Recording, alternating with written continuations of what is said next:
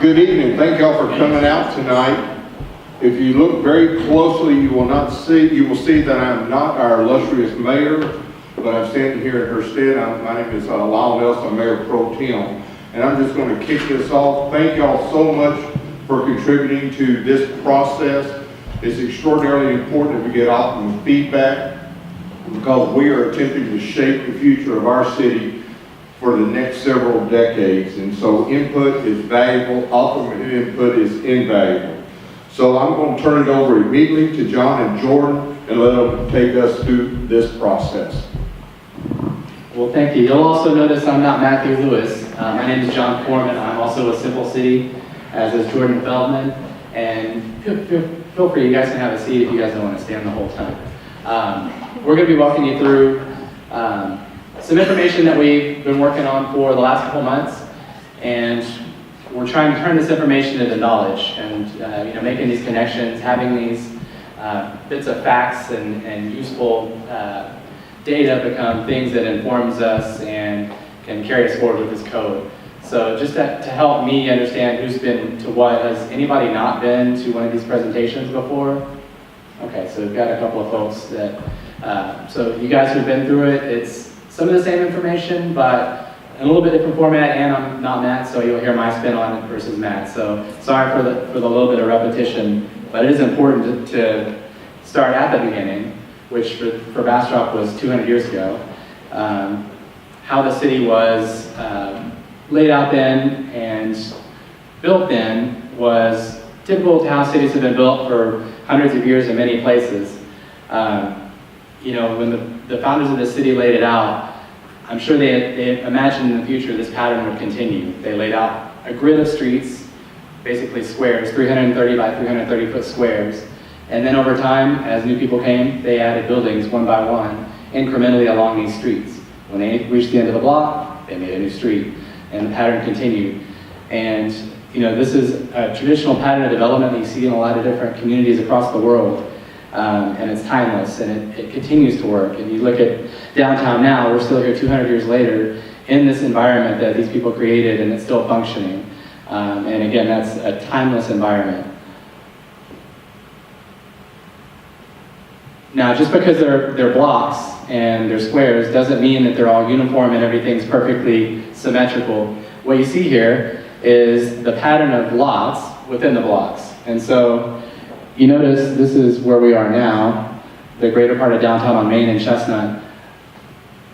The blocks have been divided up into very tiny lots, these little bitty buildings on these blocks. Whereas when you go farther out, you look, some of them weren't divided up at all. Some of them were just cut in half. And so you have this really varied pattern of buildings and different shapes and sizes, and all within the same area, all within the same framework. And that's kind of the key point, is that this is a very flexible pattern. It's timeless and it's flexible and it's adaptable.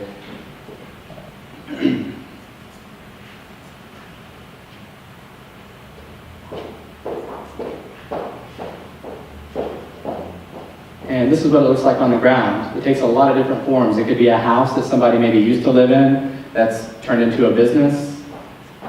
Maybe it's always been a business that's turned from a restaurant to retail back to restaurant. Maybe it's something else. Maybe it's something where people actually live there. Maybe potentially people live upstairs with a business downstairs, or a shop downstairs, or an office downstairs. Maybe it's their office downstairs and they live upstairs. Maybe it's a hair salon. So your city manager calls this process that we're going through the journey. And this building at Bastrop effort, rewriting the code, is a major one. So why are we on this journey? Why are we doing this? So this window is in pretty bad shape. You look at it, do you think whoever made that window ever thought that this would happen to it? Was this what was in mind when somebody created this? Probably not.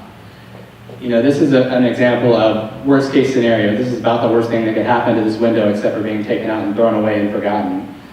And you have some things in Bastrop where that's the case as well, where this was not what we had in mind when we built this. But you might ask, well, how is this happening? We've got infrastructure that we can't maintain. We've got roads that are not maintained. We've got sewer lines, water lines that are undersized. There are drainage issues. What's going on? We're growing.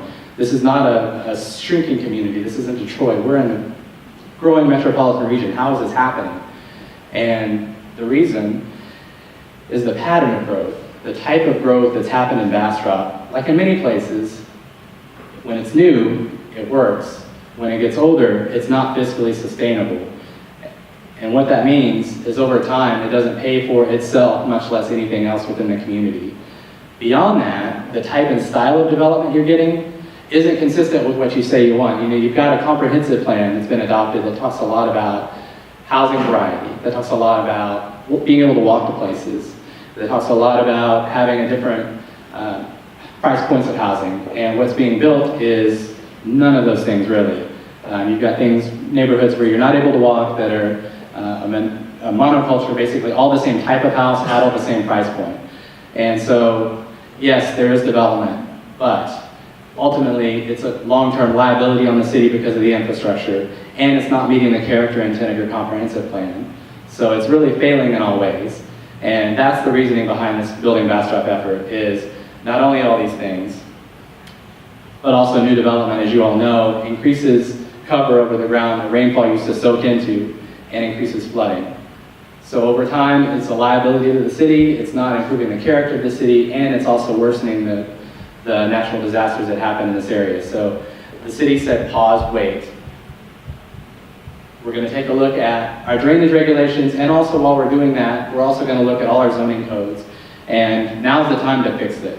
Now's the time to set the stage for the future of Bastrop for the next 200 years. And this really is a long-term effort. You know, these things will set the stage for how the city builds out, again, for the next 200 years.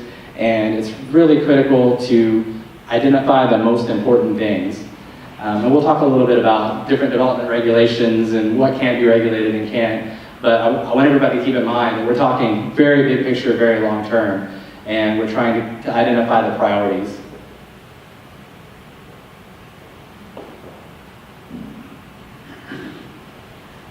And so that's why we've asked you all here. You know, we've had some great guidance from your documents, from your comprehensive plan, from your leaders, your mayor, council, city manager have been great at setting the policy and the direction.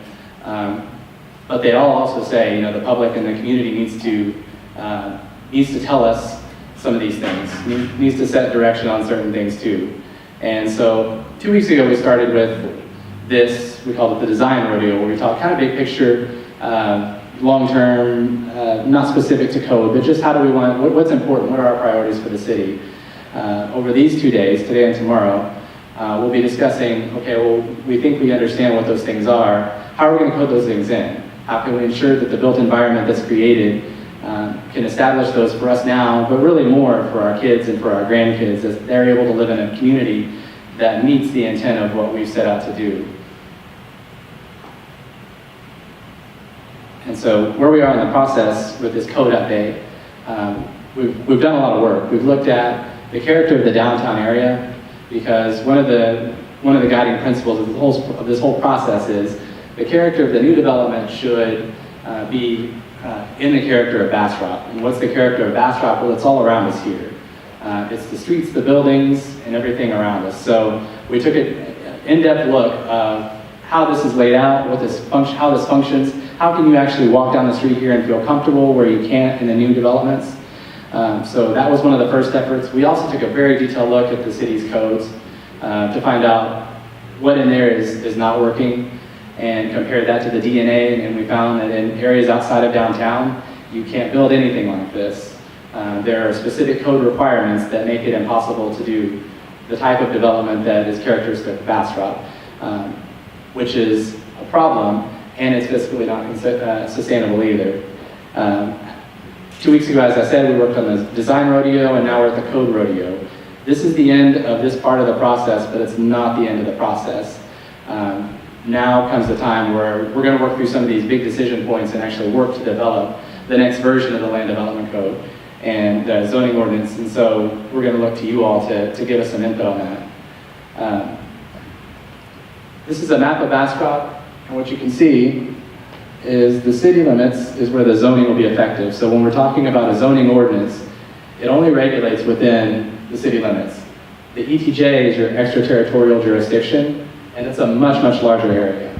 And zoning doesn't regulate on that now, but what happens over time as the city grows, these areas come into the city limits. At that time, whatever zoning rules are in place will be effective there. So within this whole area, at some point, it could potentially be subject to these rules. So you're setting the rules now for the city limits and for the ETJ in the future. Okay, I apologize for how messy this looks. This is not really how you're supposed to make a map. It's not super clear what's going on here, so sorry for that. But I couldn't figure out a better way to show it. And what's important about this is this shows a bunch of different city plans and long-term planning that's been done in one place. And what our intent was with looking at this is we wanted to look at where the city's future roads were proposed on your thoroughfare plan, your future land use in these colors, and also what are the environmental constraints. And so these darker hashed areas are areas where there are natural environmental features that make it more difficult to develop, or maybe where you shouldn't develop. Maybe there's a drainage way there, maybe there's erodible soils, maybe there's tree coverage. Just because it's dark doesn't mean that it's impossible to develop there, but it's a red flag to say, hey, something's happening, let's drill down, let's figure this out before we just clear cut it and build a subdivision there. And so looking at all these things together kind of shows you some of the areas where, there's not really that many constraints, and the city's planned to put a neighborhood there. The city's planned to put some commercial uses there. And so it allows us to take that next step of the planning process that I'll talk about in a minute. So, what I love about this quote is that it's true. We talked a lot about development codes, and when we first came into this process, we thought, okay, well, we'll set up some tables, and then we'll have these building types, and we'll have these street types, and we'll match them all up, and we'll have all these standards, and it'll be great. We'll code for every scenario, we'll make it perfect, and we'll get it all right. And we got into it, and we realized that was going to take 3 years, and it was not going to ever get finished, and nobody was going to be able to understand it. And it would be easier, though, than making a very simple code. And the beauty of a simple code will be that we will prioritize the most important things, and the city will regulate the most important things, the things that are critical for fiscal sustainability, character of the community, and walkability, those things that are carried through in your comprehensive plan, and that we've heard about from all the table talks today and 2 weeks ago. Some of the other things will be relaxed. Some of these other regulations that exist won't exist anymore. And that process is important because there are trade-offs in all these things.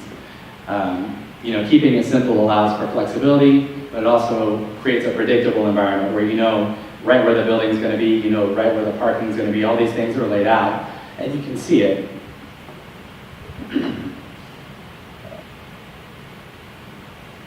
This was a very simple way of building. The way this place was built was very simple. As I said, you laid out the streets, you built a building as you could, as your town grew, and then you repeated the process. So now we're going to get into some of the nuts and bolts of how the new regulations could potentially lay out. The public realm. So there are really two different aspects to the way this code can be structured. The streets is one part of it, and the second part are the blocks and the buildings. And if you think, the streets are public, and the blocks and the buildings are private. And where the two meet, there's a line. You can see it here. It's on the other slide. It's somewhere around here. It's about where the doors and windows are up front. There's a line. One side's private, one side's public. And where that line exists, there's an interface where people spend a lot of their lives. I mean, if you think where you spend your life, we're here, we're just on the other side of that line. When we leave, we'll walk through that line. We'll get in our cars, we'll drive, and then we'll go through the line again. When you're sitting in your living room at home, you're just inside that line. And when you're walking down the street, you're right along the line. So you're right where the public and private realms intersect. And it's also where the city's wheelhouse is. It's where the utilities are, it's where the transportation network is. So it's really, the public realm is critical for the city.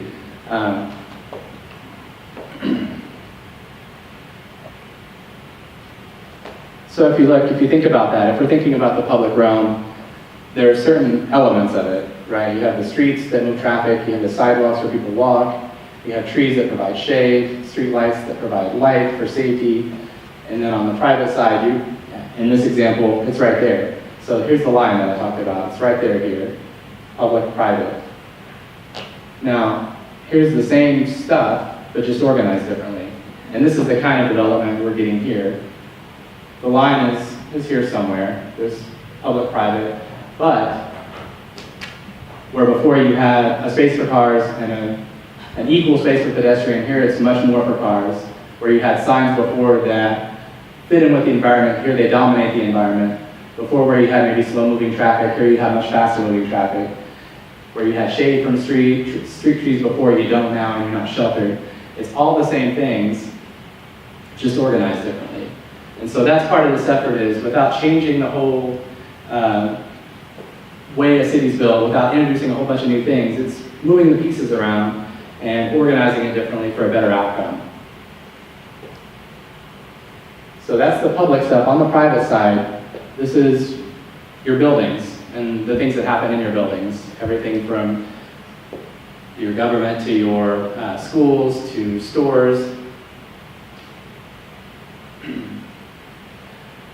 And the way these things interact is determined by the street. How the street's designed, how wide it is, what elements are there or not, like those street trees that are missing. It seems like a small thing until it's August and you don't have shade, and then it's not a small thing at all.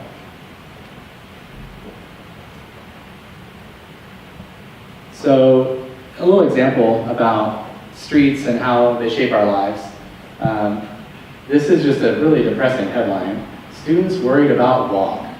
I mean, students, I guess, could be worried about lots of things, but walking to school really doesn't seem like it should be something that's a worrisome deal. But this young lady was trying to get to school and trying to get across this, where there is a crosswalk and this, and probably more. I think this is an overpass here. You guys see these? Do you know what these are called? These are called beg buttons. So when you're walking down the street and you want to cross the street, you press the button and you wait, and it waits and it waits, and as soon as about 30 cars have gone through the intersection, then if it works, it'll let you walk, and if it doesn't, then you just have to jaywalk anyway. So she has to press this thing to get across the street, and then the best part is she makes a mad dash across the frontage road to get to the other side. And this is just a walk to school right across the street. So, how the streets are built, how they function, dictates so much more about our lives, and not just how we get to a place, but how we interact with the public, other people in the community. And so with that in mind, and then she looks back from the path that she just barely survived to get across the street to get to school. So with that in mind, you should have clickers at your chair. We're going to do 2 exercises with visual preference surveys, so you're going to have a chance to vote on some things. With that, I'm going to hand it over to Jordan, and she's going to walk us through this part of it.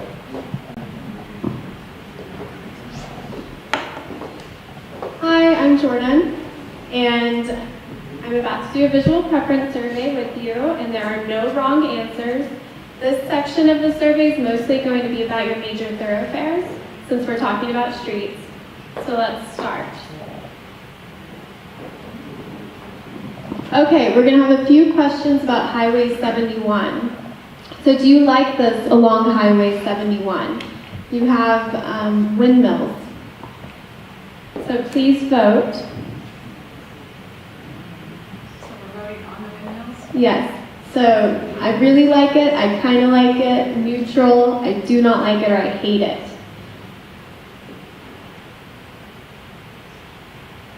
Okay.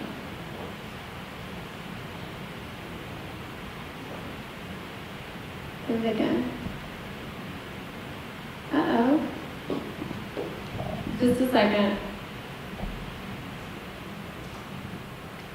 There we go. Okay, so we have a lot of neutrals and a lot of I do not likes and hate it. Okay, let's move on to the next question. Do you like this along Highway 969? Please vote.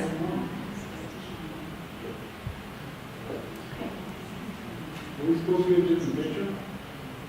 No, it's the same picture. Just Same different road. idea, just a different road. Jordan, it might be helpful if John steps off to the top, out of the way, he's blocking the graph. Oh, John, get out of the way. Out of the way. Okay, okay, thank you. So we do not want windmills. That is good to know. Do you like this along Highway 71? So you have a mixed-use development. There are some big box stores with parking, and then further back you have more of a mixed, compact, dense development. And there are some conservation areas with waterways. So please vote.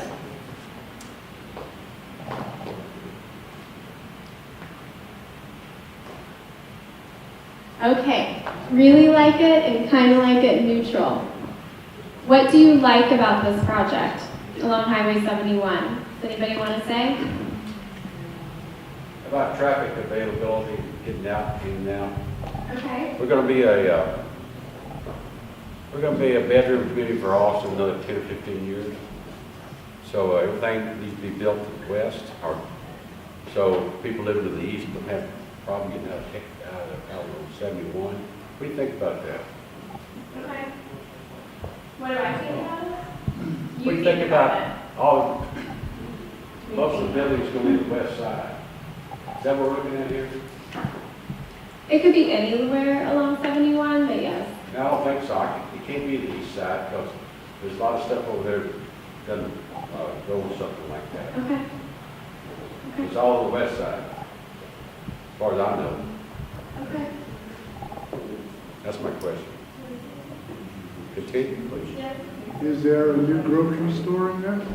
Yes, there is. Okay. That's why Like it we a like lot. that. We like the shop. Okay, good.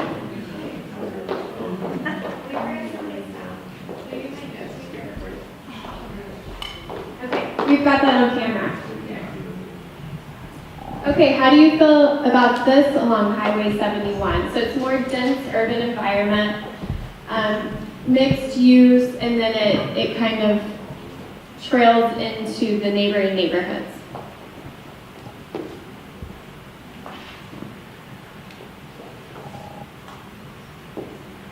Uh-oh. Did y'all vote? Okay, well, what did you say? I'm neutral. Neutral? And I don't want. You don't like it? No? It's a little less popular. Okay. So I'm just curious the difference between this one and the one before. So for me, the one before looked like it was a little bit more on the grid design, which entertains neighborhoods and people can get to know each other and have that kind of relationship. Okay. Anyone else? Well, I Go ahead. I feel like Highway 71 is going to get bigger and wider and busier. And I just think that that's going to cause chaos with all that traffic, and that's just a lot of noise contained, and I just don't feel like it's healthy. Okay. And the other one looked like maybe parking would serve more than one stop for me. I'd be able to go to several places with one parking spot. Okay. That's a good point.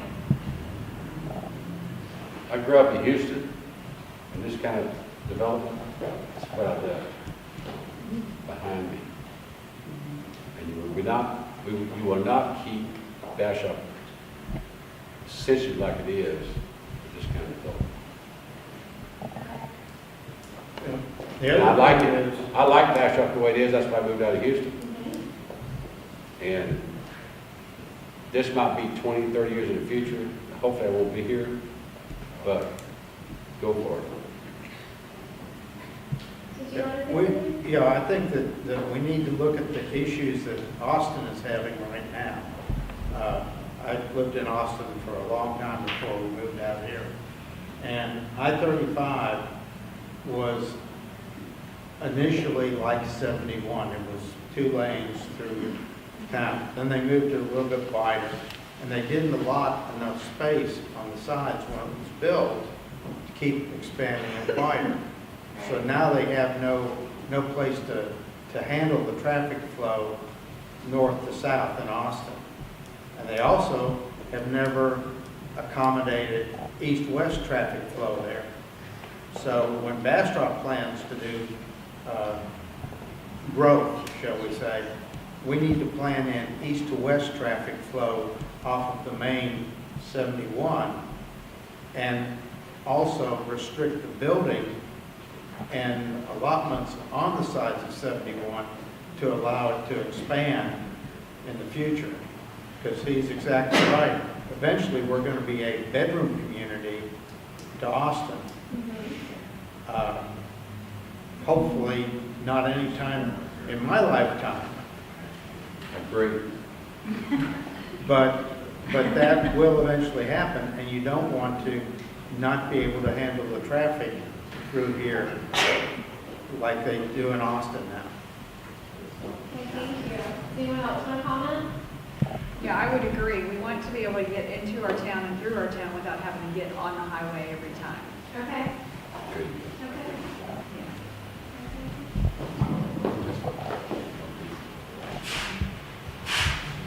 Do you like this along Highway 71? So it's a higher apartment with retail or mixed use underneath, about a 4 to 6 story building.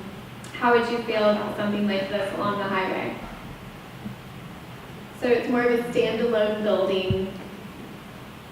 There's What part is the highway? any part. There's not a particular part.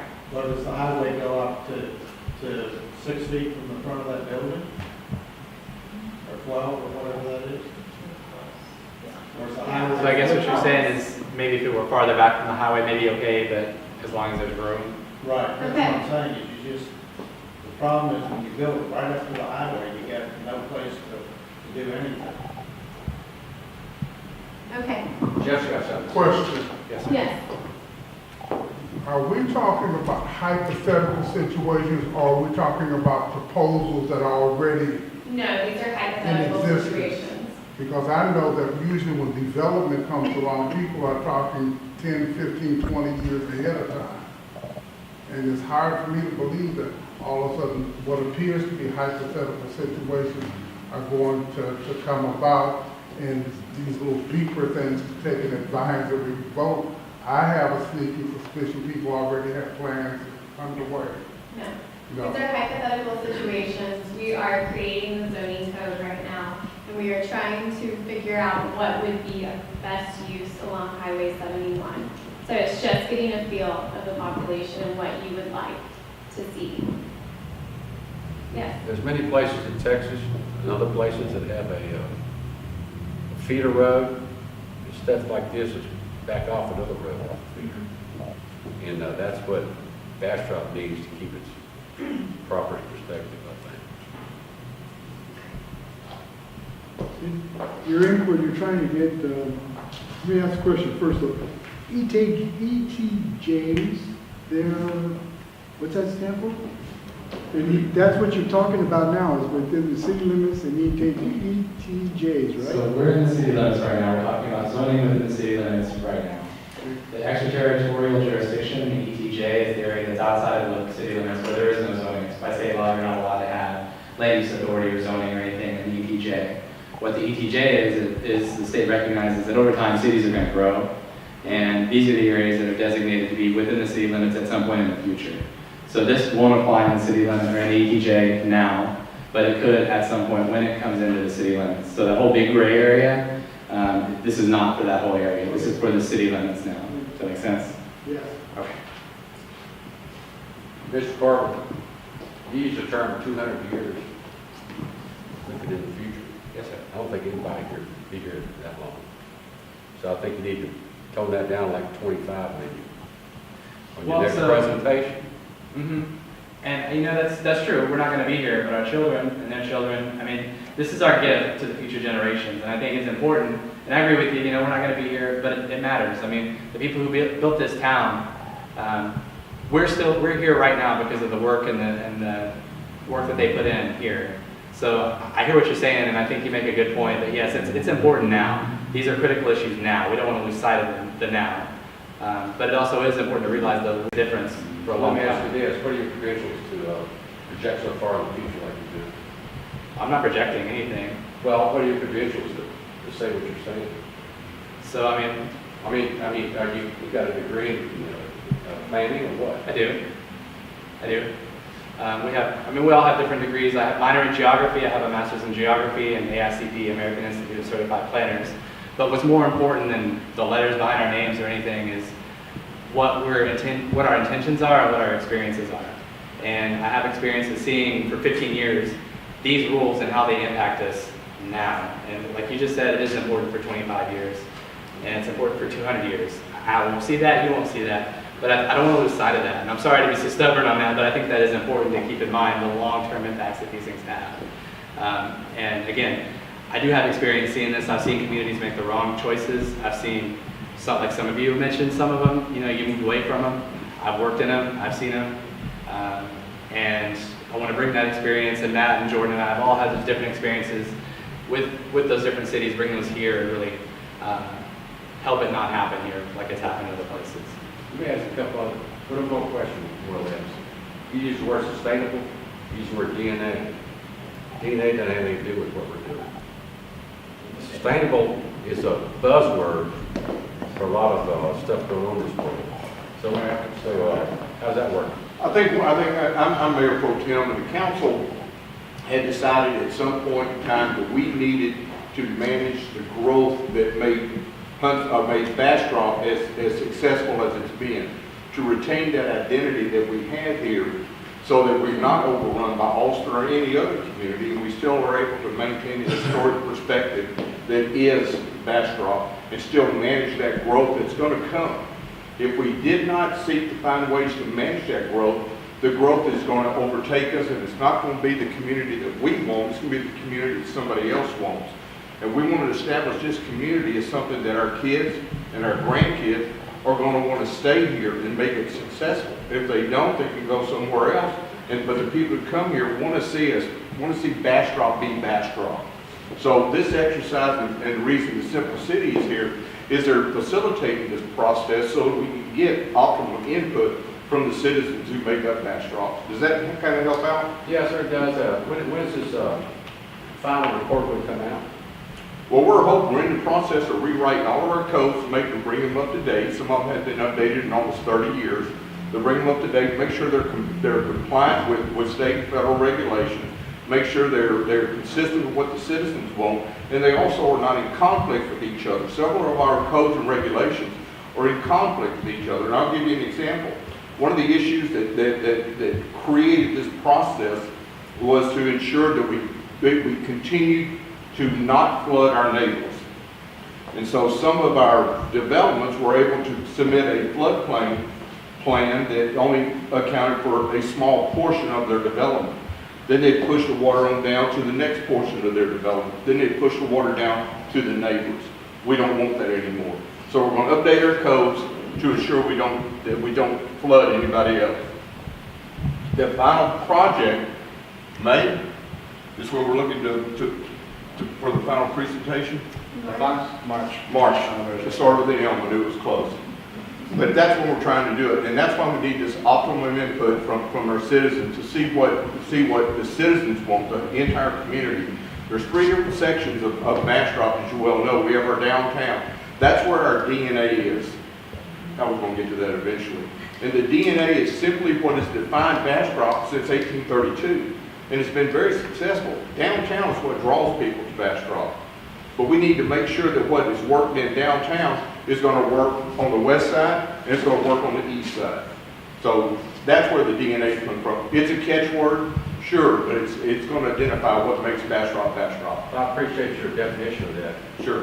What is the definition of relaxed regulations? Which one's going to be relaxed? Who decides that? Who decides to put the new regulations in? How does that go? Is it, I'm not sure I'm following you. well, he used the word relaxed regulations. Now, what does that mean? Yeah.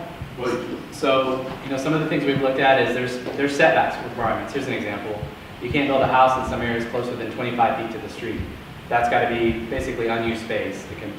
You have to plant grass there, you've got to maintain it, but you can't put your house close to the street. What is that serving? Originally, that was intended to provide space for the sidewalks not to be crowded. Well, there's not a lot of sidewalk crowding going on. So what's the setback accomplishing? What we're saying is a lot of these things down here, they didn't have that. What was in the town originally, a lot of the types of buildings that people like are built right up to the sidewalk. That's a regulation that can be relaxed, is that setback requirement. Thank you.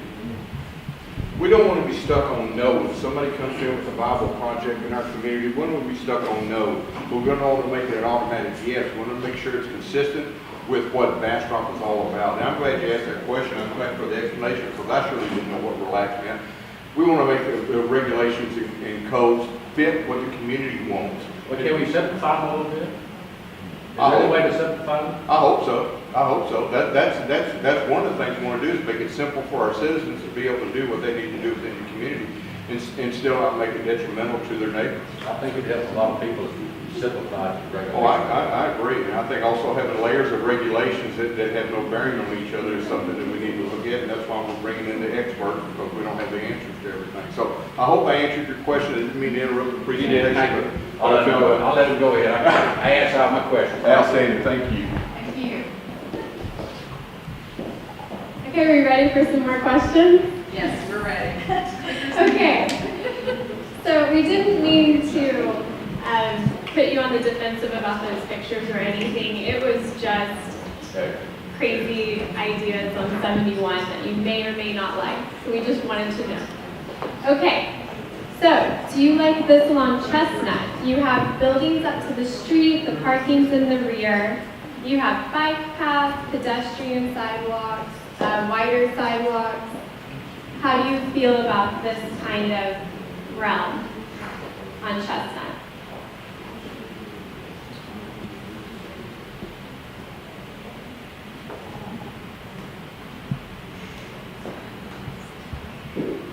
Yay, we like it. I think we like. Kinda like it. The open spaces. The You need open and spaces? and the greenery. I think that's more true to Bastrop. Not Okay. so much crowding. Yeah. Yeah, and in this picture, you can see they're keeping the trees and the forested areas. Is there anything else you would like to comment about this? Okay, I'm gonna move on. So, my commute to work takes me 5 to 15 minutes, 15 to 30 minutes, 30 to 45 minutes, more than 45 minutes, or I don't commute. Can we vote twice? You can tell me, and you cannot vote twice, no.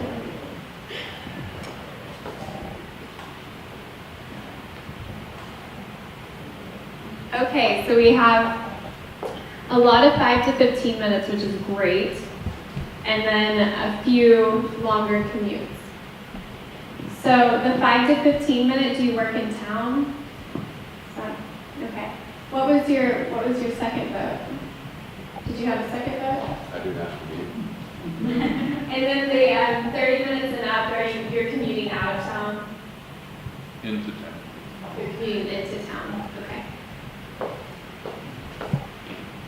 So take all the stoplights off of 71. I'll work on that. So you commute to work by car, bike, walking, public transportation, or other? There's not a commute button on that, so only people can use it. Right? Right. You can say other.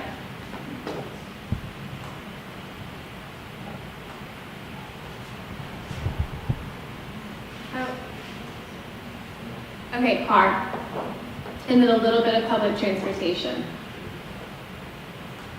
And do we know why most people take their car? Why? Why do most people take their car? Because on Highway 71 is the only way really to get back into town. Who's gonna ride their bike on highway or walk 71? Right. I mean, Are we ever going to get Uber here? Uber? I heard you have 2 Uber drivers earlier today. Somebody said that. we have choices here. Shop around.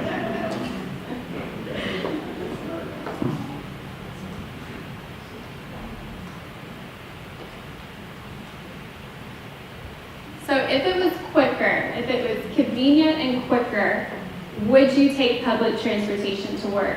So say you are traveling on Highway 71 and there is rail or there is bus that is convenient, would you take it?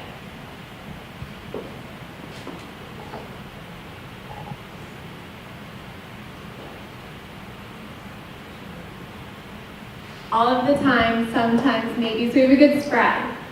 That's great. Why would you not take it? Does anyone want to say? It's the last mile conversation, right? The rail's gonna run up and down 71, okay. So now when you get off of 71, how do you make the last mile? Right, right. What about Uber, the last mile? With 2 Ubers? You know, it's a chicken and egg conversation, but by the time you get a rail out to Bastrop, there probably will be Uber. Yes. I would suggest you go to bus service between here and Austin. They get a lot of traffic out There's carts. Carts runs to Austin. Yeah, carts runs to Austin. I think I turned this off.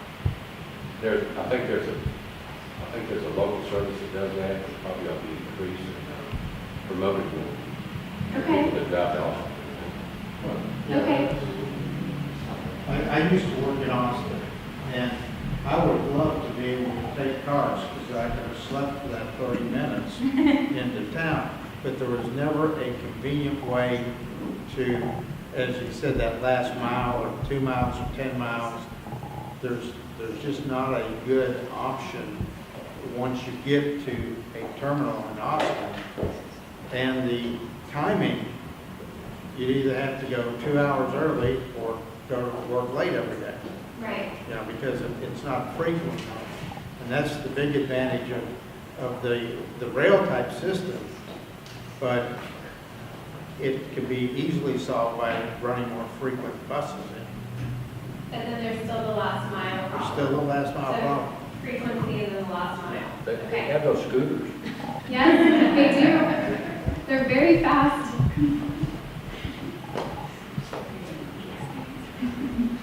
Okay. Thanks, Jordan. That was part 1. So we'll, at the end of the presentation, have some more of the clickers. So be sure and don't get up when we're talking about the schedule. So there's a few things when we're talking about the code. These are the things we must know. The structure of the code. And what I mean by that is within the zoning ordinance, how are the regulations laid out? What we have now are some intent statements. You know, what we're doing here is we're collecting all this input and we're hearing all these great things from everyone. And these intent statements are statements within the code that says, we wrote this because, we're going to do this because. And so we're capturing all these conversations we're having, so we're not just having them and then going off and doing something, but we're actually working them into the code so that when the code's being implemented, people will know, like, okay, well, the community said this, and so this is why this regulation is this way. The map, at some point we'll have to look at the zoning map and identify how the map works with the regulations, the street network. You know, how are the new streets going to be arranged? What's the format of the new streets? And then how the items are regulated and administered are also going to be important. So here's an example of the Strode scenario. It's kind of development as usual in Bastrop and a lot of places right now where you have a street, you have very deep setbacks like we talked about, you have signs that are oriented to cars, you have a whole lot of parking out in front. Streets in this more traditional pattern is a pattern that matches more your downtown pattern, your historic pattern of building Bastrop. You have different types of uses in housing.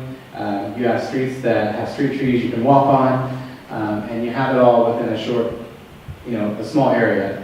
And so this is the type of development that your code is requiring now, and this is the type of development that a different code could create. Your current code is kind of built in this way. It's very text-based, so you have to read it all. And by looking up there, you have no idea what the output is going to be. And you don't know what you're going to get from that. You have to build it and run all through and read every section like that, and you end up with something like this. And there's lots of boxes you have to check, and requirements you have to meet, you meet them all, and then you find that the end result isn't really an appealing place for anybody. And so it makes you wonder why are these complicated codes in existence if they're not creating the places that people love and people care about and people want to be in. And so looking at some other alternatives, we've had Miloslav and Didi there in the back and we're working on these drawings. And really come back tomorrow, because by tomorrow we're going to have more of this kind of stuff, and we're going to be talking in a lot more detail about the new code, the new requirements. We're introducing this stuff tonight, and we're going to have a lot more of this tomorrow. So this is just a preview, showing how we've heard from the community a lot about different housing types for different types of lifestyles. Like you may be a small family that wants a small house. Maybe a couple of years later you want a bigger house. Maybe your kids go off to college and you don't want a house at all anymore. Maybe you want a townhouse, but you don't want to leave your neighborhood. We've heard that that's very difficult here now. We've heard that it's difficult for people who work down here to find housing down here because it's not available. This kind of thing has a variety of traditional single-family homes, townhomes. I think these are mixed-use buildings, and then I think these are multifamily here. So you have a variety all within the same area. And really, these are built on what we've heard from the community. There are some key things that we've heard from the table talks that we've had. I mentioned before the housing types. In addition to that, accessibility and mobility, the ability to get around, is very important. And kind of the key element to this and the code moving forward is reintroducing this grid pattern that served the community well, that the community was founded on, back into new developments. And so you see it here. These blocks are the same dimension as these blocks in the downtown. And that's the pattern that's built upon. And then you have central squares, you have things that are built in that make that more interesting than the pattern over and over. But the foundation, the building block, is the same size and scale as these blocks downtown. And what's even better about this is tomorrow we'll have more of this, where you can see this is actually the neighborhood park right here. It's surrounded by townhomes and single-family homes, and this is what it looks like on the ground. So you have a common green that everybody gathers on. And so what we want to do is kind of show you some examples of different kinds of environments that the code can create, and this will be, again, a little bit more in depth tomorrow. About what time tomorrow are you talking about? Are we at 5 or 6 tomorrow? Oh. 5 tomorrow, 5 o'clock tomorrow. Okay. I mentioned the map earlier. One of the ways we get to a zoning map is looking at your comprehensive plan. I showed that map earlier that was really messy, that I apologize for. There was a lot going on. But to try and bring that back and bring that into something that's usable for zoning, we took some of that information and drilled down a little bit. And came out with this map where, maybe there's some environmentally sensitive areas that we want to have a cluster type development. Maybe we continue the pattern of the traditional neighborhood in these areas around downtown. And so that'll be part of the process too, is identifying areas on the map and the different types of zoning that should be applied there.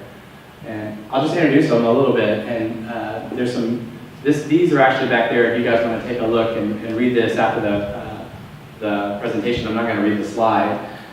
But this is what's called a village center. And the idea with this is that cars stay on the outside, and the interior streets are for walking and for pedestrians. And it sounds kind of unusual, but if you think, there's actually examples of things that are similar to this. You park outside of a mall, right? Like, it's not that foreign a concept. But within our code, if somebody wanted to come and do this here, how would this fit? How would this work in Bastrop? Traditional neighborhood development. Now, this is the traditional neighborhood style of Bastrop. This is the way Bastrop was built and the way it has been built on. The traditional blocks, the buildings brought to the street, the walkable sidewalks, the different housing types and building types that make an interesting environment. And I mentioned this before, cluster land development. There are areas of town where it may make sense to develop, except that it's a lot of environmental constraints. There's some legal limitations on it because of that. And so maybe you have a whole lot of land, but you really only have the right to develop a small portion of it. a way to do that and still maintain an environment that people love is a cluster development. So you focus development on a small portion of the tract and leave a whole lot of green space open. And of course, the advantages to that are that you maintain a lot of that open space. You have open space within the development. You have that land that, when you move in there, you know that that's going to be maintained as open space. You have the assurance that that's not going to be turned into a strip center or something in the future. And at the same time, you have this wonderful environment that you get to live in. So what's next? Well, right now we're going to have the clicker presentation, but what's next in the process is tomorrow, of course, we're going to have the presentation at 5. And so come back tomorrow. It'll be some of the same information, but again, we'll have more in-depth on some more renderings and some more discussion about the code itself. After that, we have a pop-up street project in January. And I don't know if you've seen these before, but it's a great opportunity to do a kind of example about how a change in the street or a change along the street can really change the character and function of an area. So that will be publicized, and then as these sections of the code are being drafted, they're going to be released for public review. So everybody will have a chance to read them, to comment on them, and to read the revisions once they're done. So all that stuff will be coming to you, so keep an eye out for all of it. And with that, I'll give it back to Jordan for part 2. Okay, get your clickers. Yes? So when the information comes out, Facebook or news or Yes, email yes, or? yes, Okay. all of it, Okay. yes. Everything will be blasted out as it comes available. Okay. Okay, so we talked a lot about tiny homes today, so we wanted to see really where things are sitting in regards to tiny homes.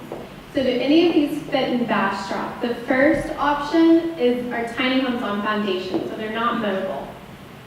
The second one is alternative living, so it's kind of like a tiny home concept, but you could live in a teepee. And the next is mobile tiny homes, so more like a mobile home park, but with more detailed homes. All of them or none of them. So you have 5 options. What if we only went 2 of them? We're gonna have to talk about that. We're at the mercy of our technology here. We can only do so much with the clickers. Okay, so we like tiny homes on foundations, all of them, mobile tiny homes, not alternative living, so not teepees, and none of them. So does anybody want to comment on tiny homes on foundations versus mobile tiny homes? Well, I think tiny homes on foundation would make a better community. There's more of an investment, and hopefully they're staying a little bit long-term. Okay. Is there any restrictions on the style of tiny home? That would be up to our development regulations. I mean, could you build like a geodesic dome tiny home? So that would be more of an alternative living look? Yes. That would be considered a tiny home. Is it correct to say that tiny homes that are mobile do not be taxed like tiny homes on foundation? No, I think either one, either one's subject to property tax. They're both improvements on a piece of property.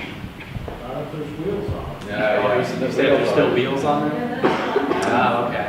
So that would be Maybe a different deal.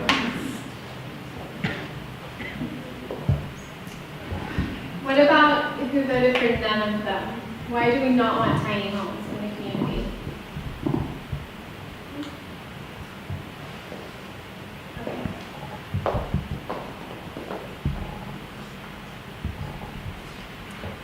Do any of these not fit in Bastrop? So we're going to turn the question around. Please vote.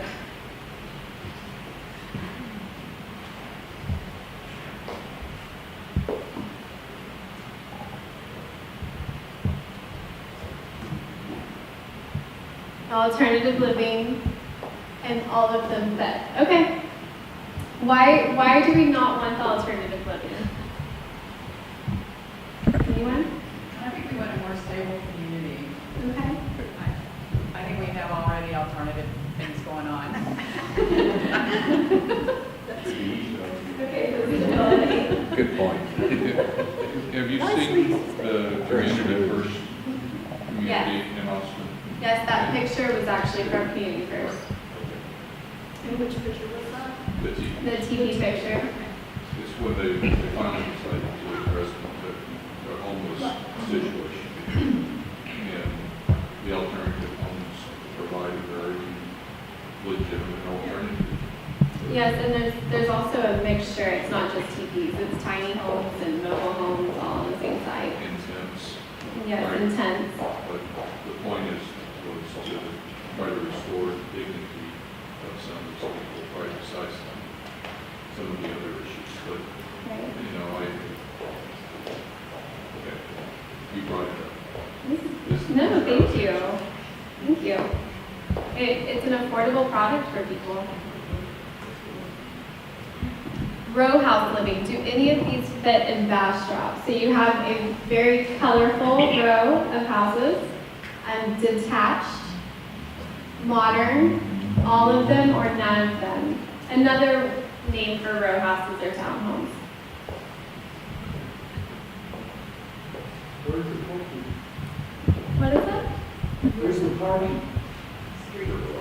The first one, it would be in the alley, so they would be alley loaded, and the second one would also be alley loaded, and then the modern has garages.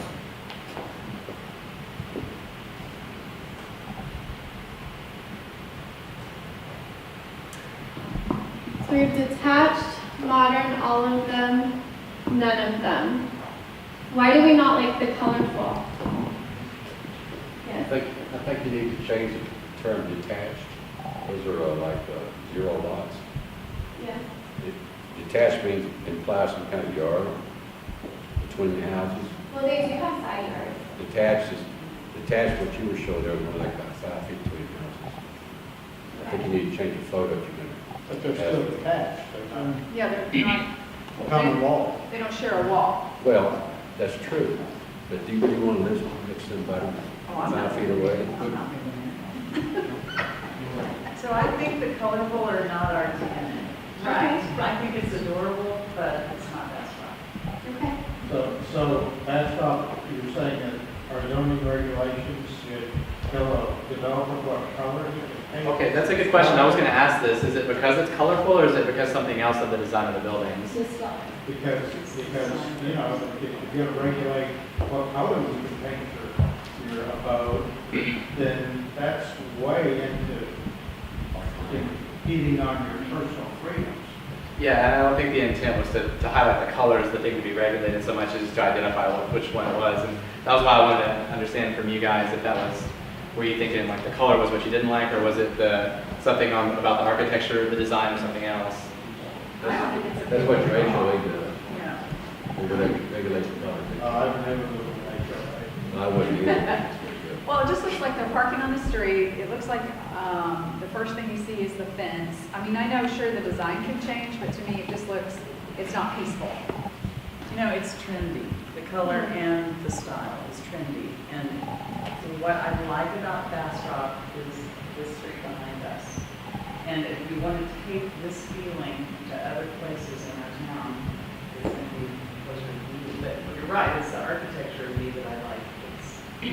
It's colorful too. I mean, yeah, it's got Right.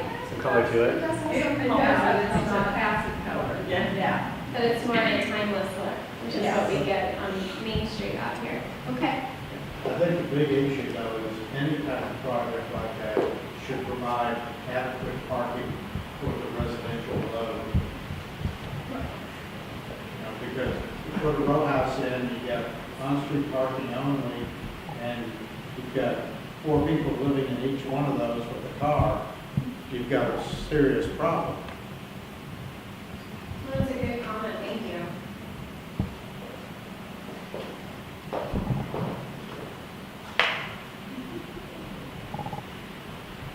Oh, why do we not like them at all? Anybody want to comment on the none of them? I don't quite get the extent, but you know, the old town row houses or 2 blocks and a certain It's- section and. It's you know, just part a- of like that community, it's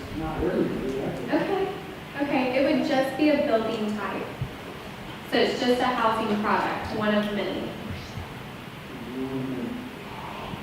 A minority, What? a minority.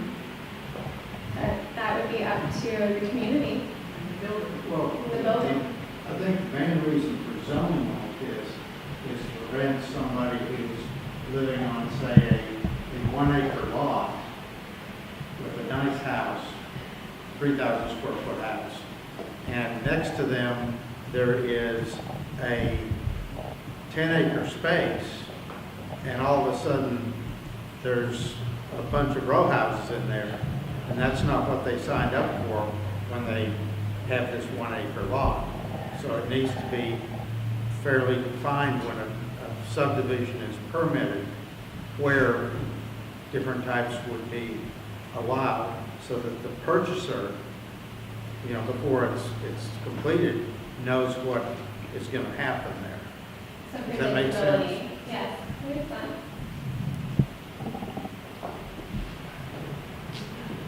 Okay, we're gonna move on. So, do any of these not fit in Bastrop, which we kind of discussed? But please choose.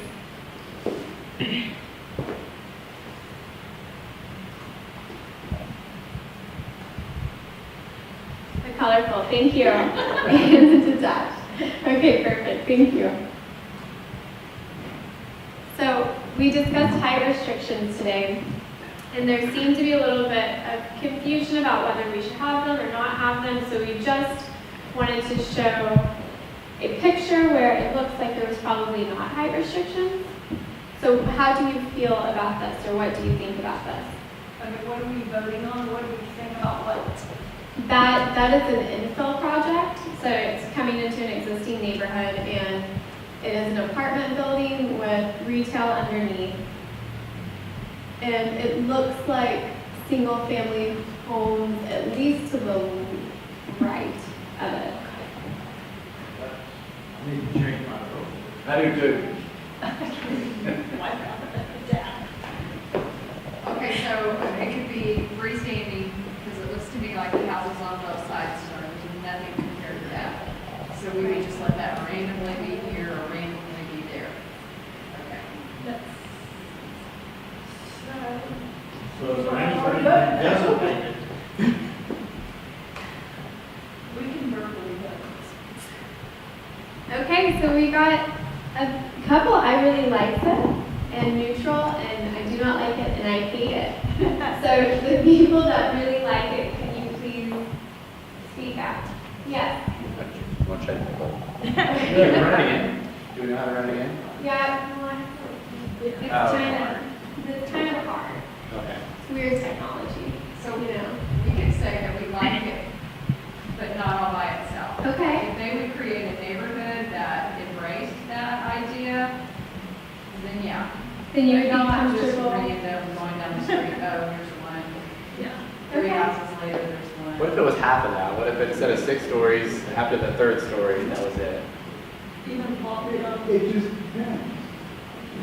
Yeah, you don't want to be in a neighborhood of single-family homes, and allow somebody to buy a 1,000 square foot home, bulldoze it, and put that in the center. Yeah, Yeah. That's the whole That's what we issue. don't like. And that along the river, in a certain setting, like, you know, the streets curve and stuff like that could be really a nice place to live. I don't know. Where's the parking for 30 cars? That would be something that would have to be, it would be a question, where they would park. Yeah, the parking for cars always has to be a question.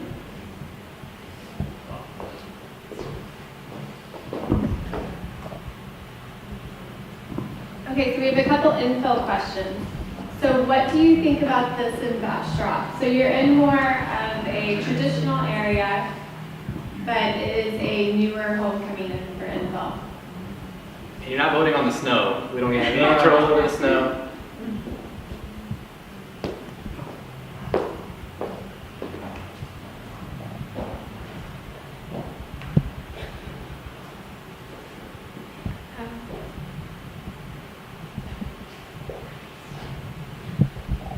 Okay. So I have a question about the materials. How do you feel about the materials on this building?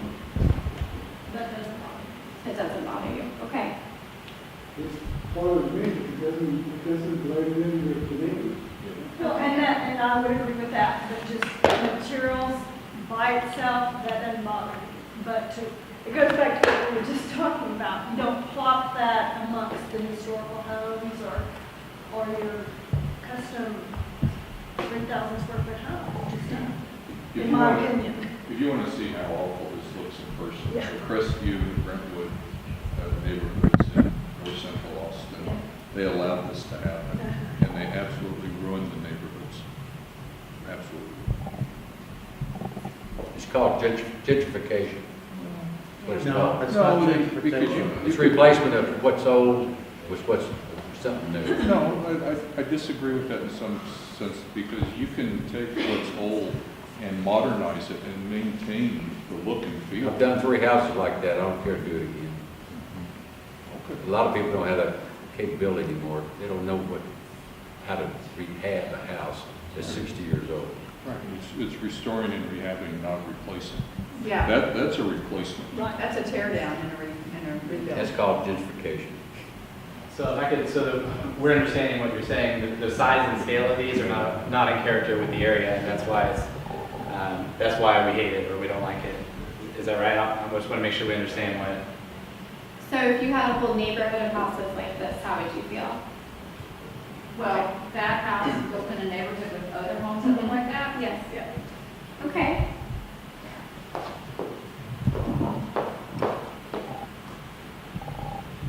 So here's another infill project, and you have seen a lot of these. It's a architecturally significant building, and they're not completely traditional homes around it, like the home to the right's not a traditional home. How do you feel about this, though? The scale, everything?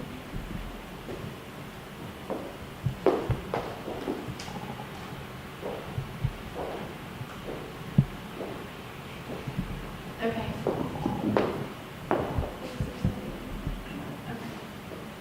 Okay, what do we not like about this?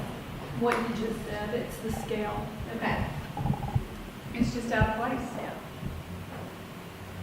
What about this one in a new neighborhood? If there's a whole neighborhood of this. But I think that's fine.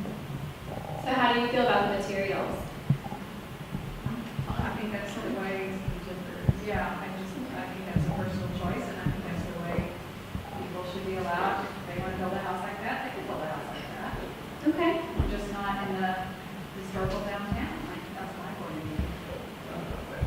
So is that family dwelling or is that a business? No, this is a single family dwelling. That's just a family house. But they have good needs. What you say? You use the term architecturally significant. Well, You left off the last word, what was the last word? ugly. Okay, Thank you. That's an opinion. Very subjective. That's just an opinion.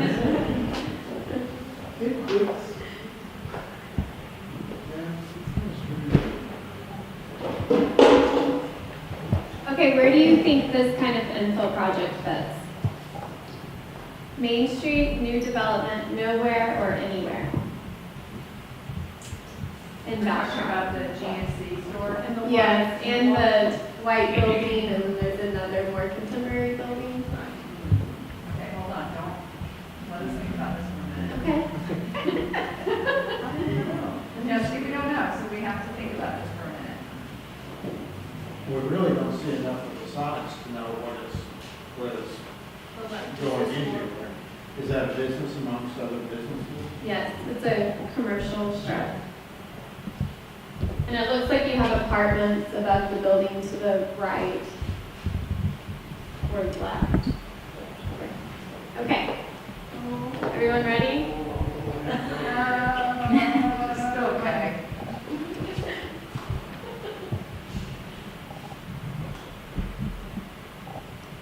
Okay, so we have a mix of opinions. How would you feel if it was along Main Street? That would be like building that GNC across the street Right there. where it's open, up against those historical buildings. Okay. Not for me. Okay. But something like that gives a little variety to downtown. so it's not all the same. Yeah. And since it is a commercial area, it's not quite as personal to the people on either side. Does that make sense? And like, I would like to have a GNC downtown, but do they have to come and tear down a building, or can they just move into like this building? That would be better, in my point of view. Well, I think the point is we've got an open space over there that's been open since it burned down. But the question is what does the code reflect in regard to the architectural look of it? And that is, do you want to maintain the flavor of our historical Main Street? Or are you willing to compromise that with something a little more contemporary? Good question. Would you rather have something that fills that empty space with the walls falling down on either side, if that's your option? Well, sure, I'd like the space filled. I'd like to see the downtown bustling with people, spending money, but what's the look, that we want to portray? And does it negatively impact people wanting to come downtown when they see a modern building in amongst the historical ones? It's all about like conversations we've been having, and we've been wrestling with this, so we're putting it on you guys now. So Yeah. thank you for. It is a hard one. I mean, because we definitely want new development to come, but we also want to keep the quietness of downtown. Okay. Thank you. Thank you very much. Thank y'all for coming.